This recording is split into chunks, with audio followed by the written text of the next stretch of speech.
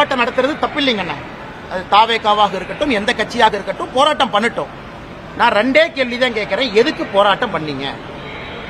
எந்த பாயிண்ட் நாங்க கொண்டு வந்தது தப்புன்னு நினைக்கிறீங்க?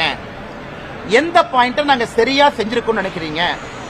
தாவேகா அதிகாரப்பூர்வமாக ஜேபிசி ஜாயிண்ட் பார்லிமெண்டரி கமிட்டிக்கு லெட்டர் பேட்ல உங்க சஜஷனை கொடுத்தீங்களா?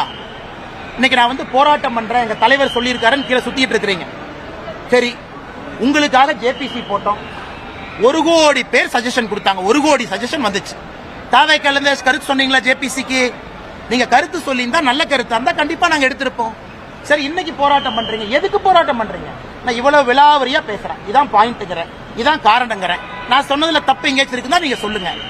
எதற்கு போராட்டம் செய்யறனே தெரியாம ஒரு கட்சி தமிழ்நாட்டில் போராட்டம் செய்து கொண்டிருக்கின்றார்கள். அது தாவேகா. எதுக்கு போராட்டம் பண்றாங்கன்னு அண்ணா இந்த பாயிண்ட் தப்பு.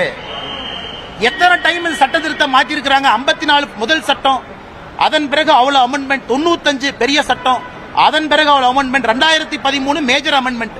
ஏன் 2013 காங்கிரஸ் ஆட்சியில சகோதரருக்கு தெரியும், 123 ப்ராப்பர்ட்டி லூட்டன்ஸ் டெல்லி, சென்ட்ரல் டெல்லி 123 ப்ராப்பர்ட்டியை வக்ஃப் ப்ராப்பர்ட்டி டிக்ளேர் பண்ணி ஒரே நைட்ல சேர்த்துக்கிட்டாங்க. அதெல்லாம் நியாயமா?